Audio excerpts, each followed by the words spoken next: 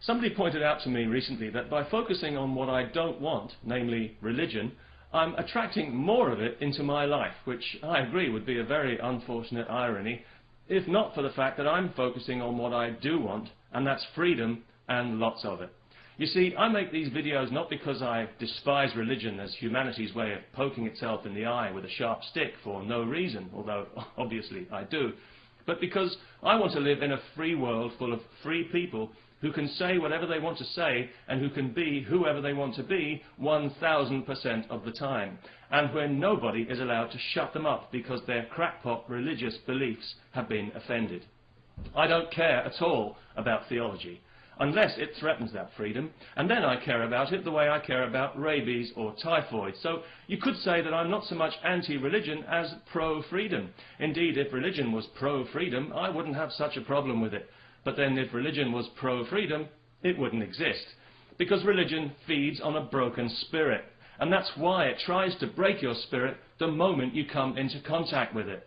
Submit, obey, do not question. Those words should be chiseled above the entrance of every church and every mosque, because that's the only message religion has when it comes right down to it. Praise the Lord or else.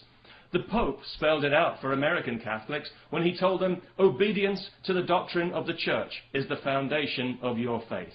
That's what he said. There was no mention of enlightenment or spirituality or any of these things because he's not in that business. He's in the obedience business, the only business where the customer is always wrong.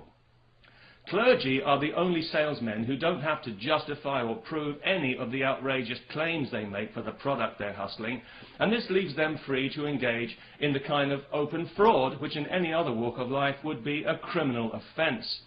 For the level of investment they demand from us, I believe we're entitled to expect actual enlightenment and wisdom in return. Instead, what do? We get dogma, crude coercion, and endless empty pieties about the love of a God who clearly loves us the way a violent husband loves the woman sitting next to him with two black eyes. If we step out of line, we pay in the most brutal way. And it's this crass violence at the heart of religion which I believe makes it truly evil, and also furnishes proof, as if proof were needed, that this is an entirely man-made phenomenon with nothing divine about it. Otherwise, it wouldn't be so damn ugly.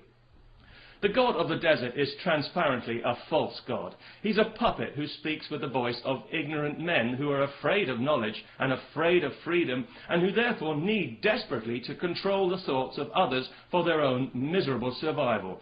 They need us to believe that we're less than we are, and to diminish ourselves in our own minds, to feel small, helpless, in need of salvation. So what do they tell us? They tell us that strength and virtue lie in submission. Yes, of course they do. With our faces in the dust, we are invincible. Isn't that right? And of course, we will live forever, either in eternal bliss or in eternal torment, but that's entirely up to us.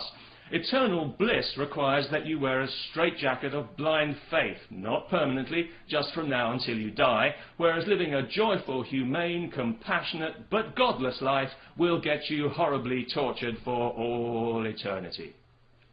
Fear is religion's currency of choice. It's the lowest of human emotions because it's the most crippling emotion, and this is why it's religion's currency of choice. It's pretty obvious when you think about it, but hey, don't strain yourselves. But actually, it's religion that has everything to fear because it depends on maintaining the illusion, maintaining the spell, and hoping that nobody manages to burst its artificial bubble of faith. And this is exactly why it wages such determined war on our basic freedoms of thought and speech. But it's losing this war because every day more and more of us are waking up to the damage that this nonsense is doing to our world. We can see our societies being twisted out of shape, being injected with false values that pander to bigotry and superstition, and we realized that this God of the desert has outstayed his welcome and become a liability, and quite frankly, he needs us a lot more than we need him, because we've moved on from the desert, and we've discovered a few things about the world and the universe and our place in it, and we're no longer afraid of the thunder and lightning. Our world is no longer populated by demons and hobgoblins, and we no longer need to be led around by the nose for the benefit of clergy. And they know this, just as they know that their God's very existence depends entirely on our belief. Belief without evidence and belief that defies reason.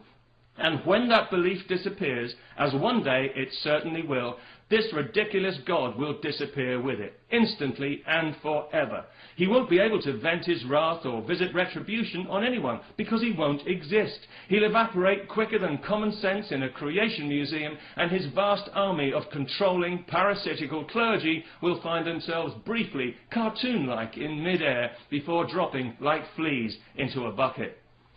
That's what I'm looking forward to, and that's what I'm focused on, and it's why I make these videos, because I think we're better than this, and I know we've got the power to withdraw our belief and our consent and put a stop to this nonsense. All we need is the courage. Peace and freedom. Let's not forget the freedom.